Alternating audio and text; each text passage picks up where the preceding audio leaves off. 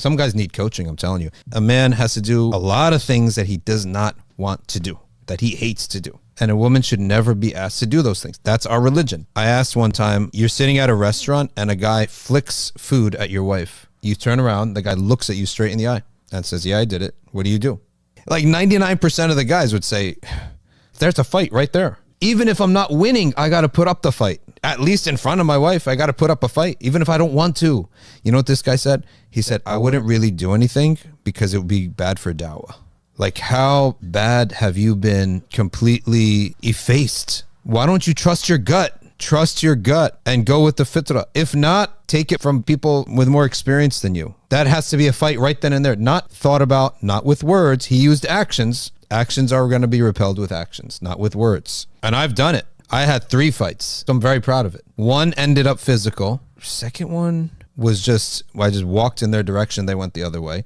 The third one, it was 1-on-4 in Baltimore on one of those nice boardwalks. These 3 guys made a comment. So I started walking their direction, not having a clue what's going to go on. 1-on-4. I had no clue, but I knew I had to do something, right? All the kids were little. I couldn't take Ayub with me. But ultimately, at the end of it, luckily, some other guys intervened. But I noticed I'm walking towards them. They're walking away because they know they did something wrong. Although there's no match here. It's 4 guys and 1, right? I'm walking towards them. They're talking. They're yelling, right? And I'm just walking towards them, but they're also going backwards. It's like they know they don't want to pick this fight because they were in the wrong, right? Because of what they said. Point being, this is how it has to be, whether you like it or not. You don't have to like it. No one is born into these awkward situations, but the male nervous system must adapt to it. The male nervous system, you must swallow it and force it on yourself. You must force it on yourself. Even physically, you may lose these fights. You're not going to act like a tough guy, like you're going to go and beat these guys up. And even this one is not going to happen. This one is going to be bad, but it has to be done. And that's honestly one of the things that need to be talked about. It needs to be talked about how to be in those situations. Because you know those situations, you want to look at it, it's the right thing to do. Your fitrah says you should do it. Your book says she could do it. But let me give you another, practical thing about it. You basically will be king for the next year, right? As long as that thing is remembered. Like, you did your job. You actually did it. It's not just protector in name. You actually did it, right? You're going to be rewarded very well in life when you behave like that. I personally hold to the fact that a man has to do a lot of things that he does not want to do, that he hates to do. And a woman should never be asked to do those things. That's our religion. That's what I said, traditional, right? That's our religion. If you look at our law, we can figure it out backwards. When we figure it out backwards, when the Sharia says she's born into a house, she doesn't have to worry about anything. Her dad takes care of her. Then she goes to her husband's house. From there to her husband's house, she doesn't have to worry about anything. So there, her Sharia does not want her carrying these heavy burdens. Now, she may end up carrying heavy burdens in life. Raising kids is a heavy burden. Being a Muslim is a heavy burden. Staying married is a heavy burden. A lot of heavy burdens, but certain burdens, no.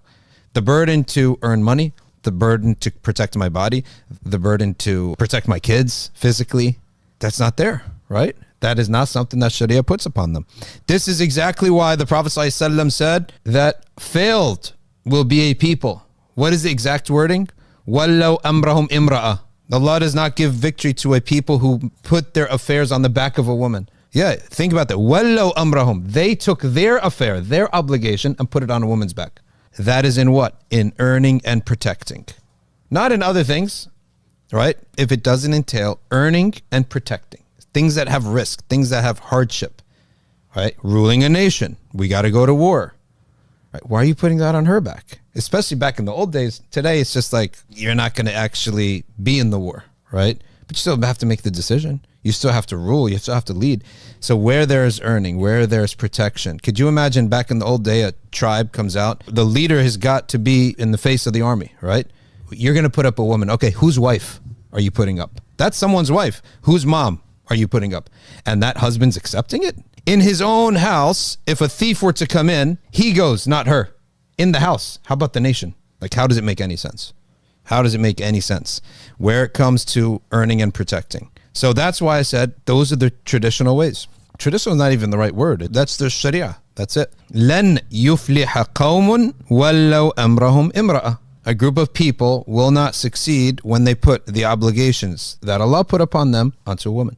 Thief comes at the door, husband, wife, 4 kids are sitting there. What do? Wife, go, you get it. I got the last thief. That doesn't work like that, right? So if that's not the case in the home, is it lawful for a man to say, I earned the last 10 years, I'm going to take a break, I'm going to relax, you work for the next 10 years and earn for our family? Is it lawful in Islam? No. So it's earning and it's protecting. It's not lawful in a home. Is it lawful in anything bigger than a home? That's the purpose of this hadith.